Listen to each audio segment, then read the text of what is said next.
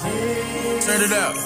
Look, 100 years after 100 years, they done lied to us about this and that. Told us all we from Africa. I made fiction characters turn into facts. Heard you tell me then it was not. Knowing goddamn well that trick was cap. My wife and I wrote a book about it. It's a book with knowledge, evidence, and fact. And my other book got them haters shook, cause it's helping my people take a closer look at their backgrounds in the background, showing my people where they supposed to look.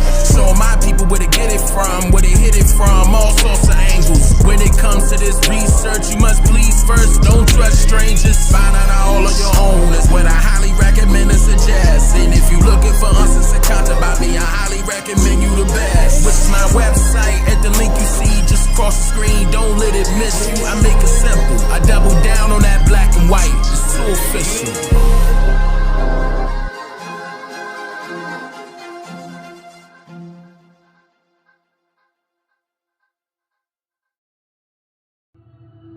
Did the school course called Afro-American Studies purposely erase the most accurate truth concerning the history of the indigenous peoples of America, who are now misclassified as blacks? And the answer is yes, if you look at it from a historical perspective and also investigate the agenda of this course of action, being considered a mandatory learning curriculum in American schools. My wife and I have conducted investigative research to uncover the details surrounding this topic so that our viewers can learn and better understand the truth about how foreigners purposely erased our history in order for foreigners to claim our history as their own. The introduction of Afro-American studies invited so-called black people to integrate with other races, and it was used as a means of desegregation for many colleges and universities.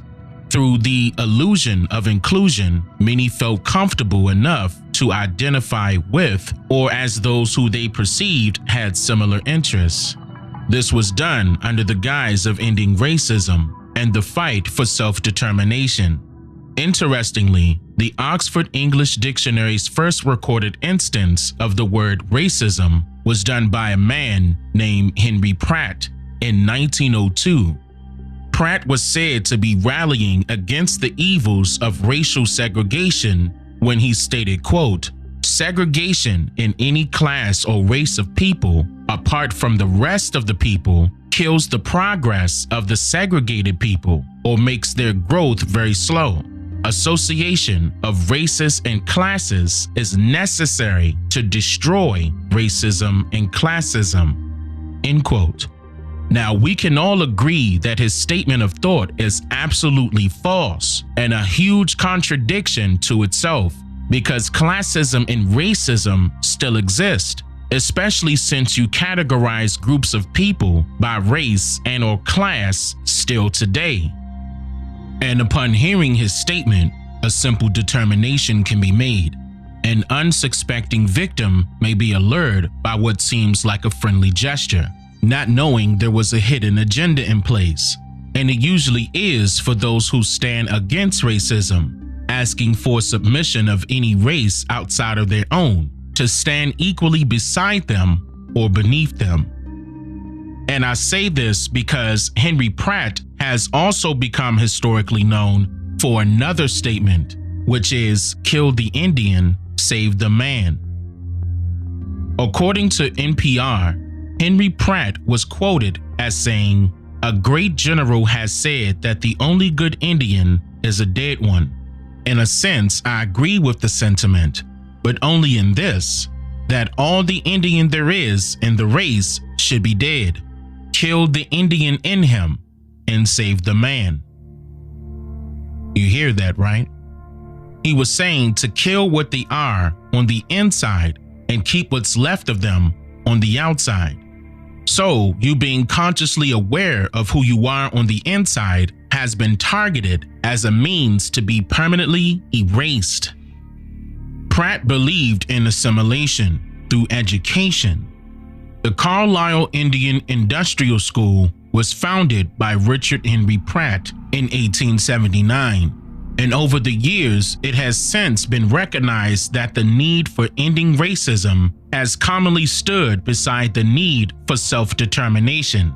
It is an invitation to choose between something that you are and something which you are not, with the end result being used as a means for decolonization.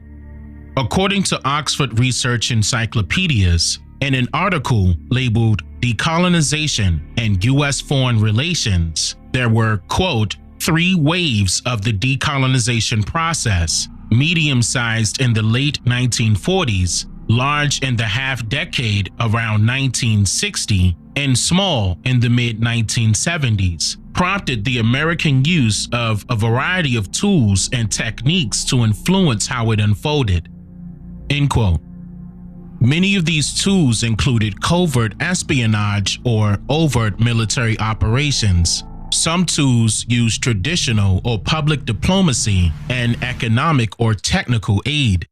One of the most powerful tactics that was heavily used over the years, especially in international law, and is recognized as a general principle of law, is the core principle of self-determination. It is enshrined in a number of international treaties, and it's protected in the United Nations Charter and the International Covenant on Civil and Political Rights as a right of all people. According to Cornell Law School, it was self-determination that laid the groundwork for decolonization in the 1960s. Giving the right of self-determination to all people leads to successful successionist movements. And that is because the definition of determination is controlling or deciding something's nature or outcome. In law, it is the cessation of an estate or interest. What this means is, if you unknowingly take it upon yourself to determine and identify as something that you are not, you just may be giving away your inheritance. In the 1960s, decolonization was taking precedence through the process of self-identification and self-determination. It was also during this time frame that COINTELPRO was being used to monitor and deter the so-called Black identity extremists. One method of deterrence came in the form of government or private entities not only infiltrating organizations that they perceived as a threat, but they also set out to create their own identities for people to conform to that were attached to an agenda, almost like being part of a club. For the youth, it must have felt refreshing to be a part of such a liberated front. One of these identities, called the Third World Liberation Front, began to take shape during the year 1968, and on November 6, 1968, a strike occurred on the campus of San Francisco State College, which was orchestrated and directed by the Third World Liberation Front. Now, this was predominantly a white college campus with a small percentage of so-called Black people. The demand of this strike was to fight against racism for self-determination, pretending to fight for so-called Black people and the foreigners, fellow foreigners. And this is where Afro-American studies were said to begin. According to the Chronicle of Higher Education, in an article labeled The Beginnings of Black Studies, following this strike, quote, by 1971, more than 500 programs, departments, and institutes have been founded on 4-year college campuses. Add in Black Studies initiatives in those same years at high schools and community colleges, and the number jumps to more than 1,000. The staged protracted strike was a multiracial battle that was waged and created the, quote, first step in a wider-ranging agenda for educational, economic, and social equality. Even though San Francisco State College was predominantly white, quote, 80% of the student body supported the strike that ultimately led to the creation of a Black Studies department. Thousands of students and faculty members picketed classes daily, carrying place cards declaring, quote, "This strike is against racism." Note that this article was written and published on the date of February 10th, 2006. so the terms Black and Black studies were used to modernize their talking points in a general but commonly known sense. However, the term Black was never used officially in titles of college courses or curriculums. The term Afro-American was used during the time period that they are referring to. This article goes on to state that following the Brown versus Board of Education decision that overturned the doctrine, separate but equal, in public education, college campuses would need to become more inviting to poor and disadvantaged applicants of all races, but especially to those who were non-white. Institutionalizing Black studies was a sign that such revolutionary realignment was possible. End quote. Most of its growth in funding came directly from white philanthropic organizations, which include the Ford Foundation. The Ford Foundation was one of its largest supporters and was led by McGeorge Bundy, the former National Security Advisor to the Kennedy and Johnson administrations. This was not meant to become a base for positive change, but instead it was a necessary way to foster incremental integration in a way that sidestepped the demands of militant or radical students. To divorce Afro-American studies or Black studies or whatever you want to call it from its radical or militant overtone, the system was redefined and prepackaged to focus on the radical education of white students. Packaged with miseducation, it gives a subtle but powerful suggestion to both those who are white and non-white that so-called Black people in America are inferior and come from a place of poverty. Information presented in relation to the so-called Blacks or African Americans insinuates an image of homelessness. Coincidentally, this was implemented during a time frame when self-proclaimed so-called Blacks were in the process of building an image of power. Information dispersed and presented to students on the campus of San Francisco State College in 1968 in a pamphlet labeled "The Strike and You" details why white students should support the strike.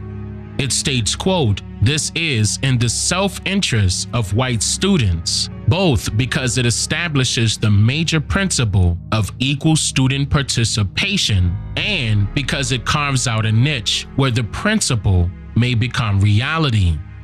But there is another and even more important point. Many whites believe that racism is detrimental only to those who are discriminated against, but whites are also victims of racism because it brings about a false perception of reality. This false perception of reality is in part created and reinforced by an education which distorts or omits the histories, experiences, contributions, and present conditions of TW people in this country. This is often done in a very subtle and perhaps unconscious way. End quote. And so it was through this illusion of inclusion that many felt comfortable enough to identify with or as those who they perceived had similar interests. Yet these particular interests were active measures of assimilation through education so that the American Indians could be colonized continuously.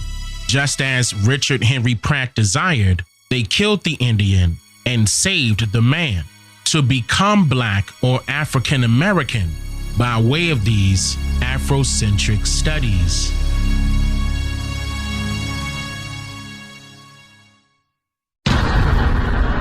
I'm just here to make you think.